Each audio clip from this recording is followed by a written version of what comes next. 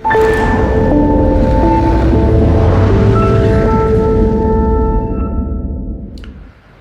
everyone, and welcome to the Generalist, where security practitioners look beyond niches, silos, egos, and hopefully build their competence and credibility. My name is Ilya Umanskiy. So in the spirit of continuing this new series, A View from a Non-conformist, I'm moving down the list of the many fundamental issues in our industry which prevent us from actually, first of all, professionalizing. Secondly, aligning with those organizations that we are charged to protect. And so these are the next three issues, challenges that I notice in organizations. I know that you may disagree with these particular three, or you may find that there may be some examples of the opposite.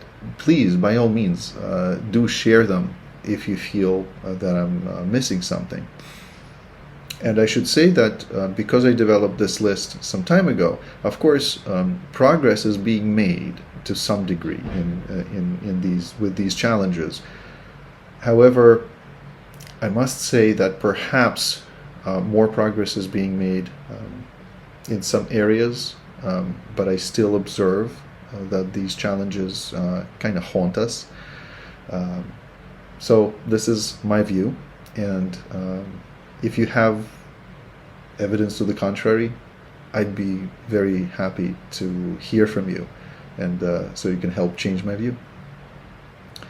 So the first thing on my list is related to what I mentioned in my previous episodes.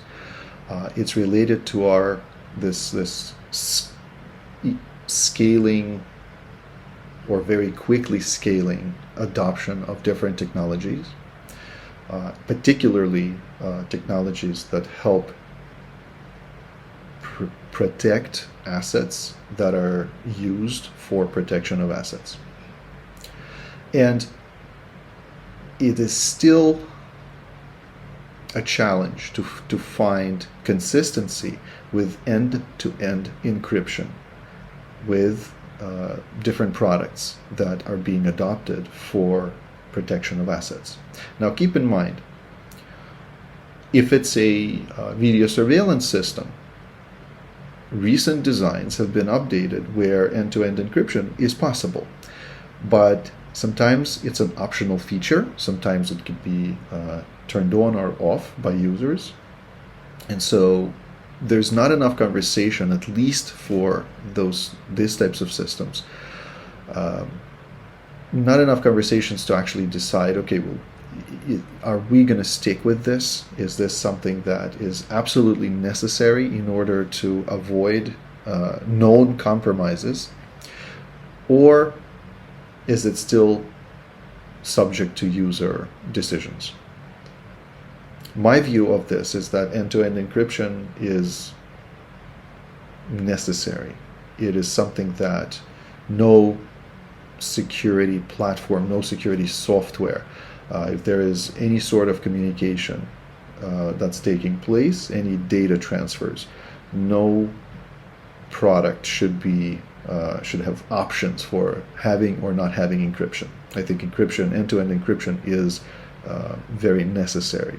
There are, of course, technological questions about the speed of data processing, data transfer, but in this day and age, I think we've gone well past, let's say, bandwidth issues and delays and so on. So I think this challenge can be easily solved, but unfortunately is still not consistent among product manufacturers and users that review products and don't include end-to-end encryption as one of their standards, as one of their key requirements. So the next issue is very much different from the first, and it is an observation that I've built working not just in the US, but in various other countries, with the exception of, let's say, police and security departments for US universities, for large US universities, which are slightly different from your normal corporate security organizations. I still notice how some corporate security teams have military and law enforcement titles, like captains, lieutenants, and what have you.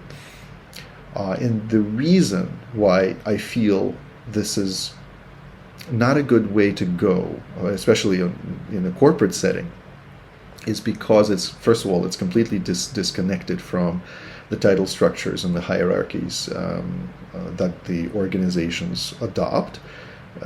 Nobody calls, outside of security function, nobody calls themselves captains, lieutenants, and so on. And so it's only necessary and I think natural to adopt title structures that align with the rest of the organization. The other, probably more significant issue here is the false sense of authority. If you do continue to use military and law enforcement titles on security teams in the corporate setting, that unfortunately gives the team members a false sense of authority in executing their duties. And it also gives a false perception of authority to, and probably some somewhat incorrect and I feel misplaced perception of authority to employees, to those whom security teams are charged to protect. So I feel like that's a continuing challenge for our industry, and we should look for ways of eliminating those because, again, they cut against our culture in the private sector, and it's just against what most organizations are trying to promote. Last but not least, is also a polarizing issue. We've long been having these discussions about where security functions in the private sector need to report.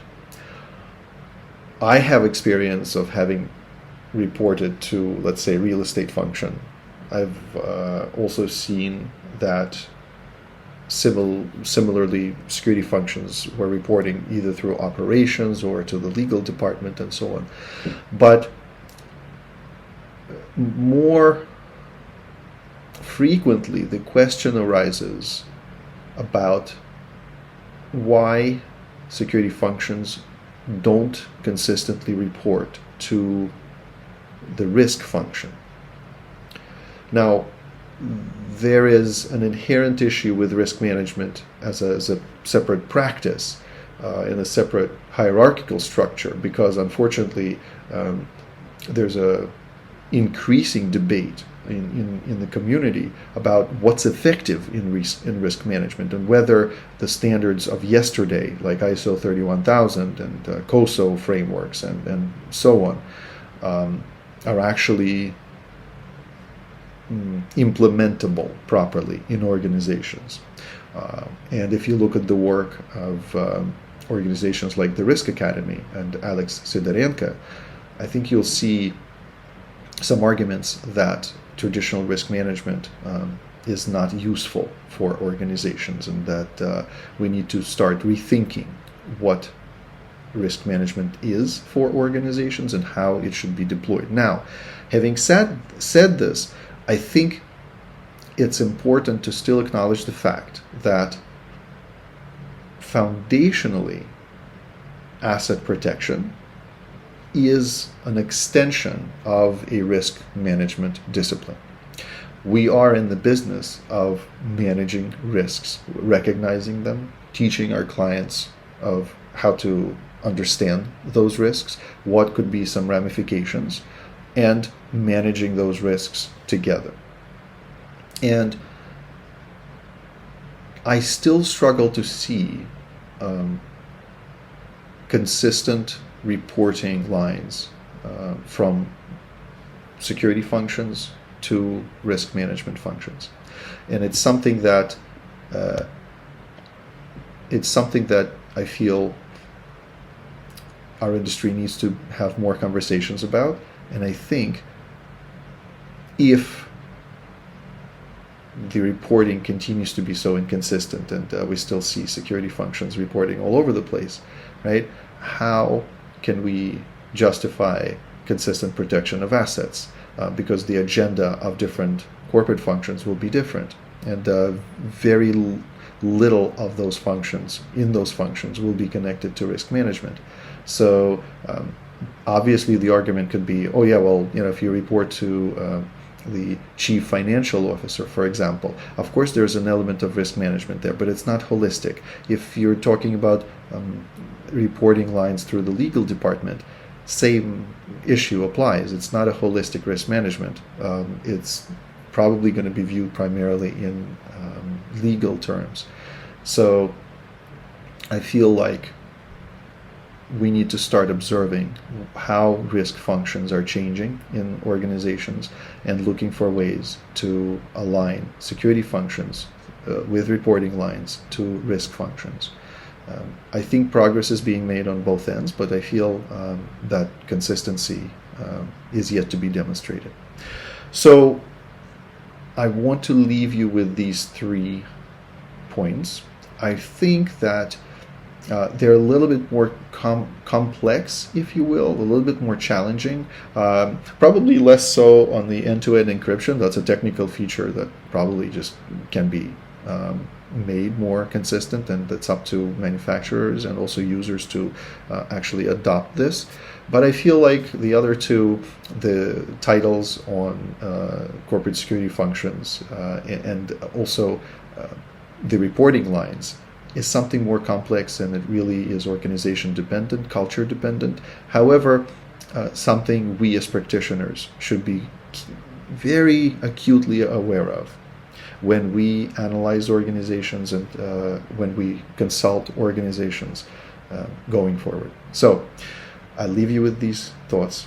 Thank you always for your attention, and please feel free to share any commentary on these points with me. Any arguments, I'm happy to hear them and hopefully change my point of view. And I wish you to stay safe, and thank you.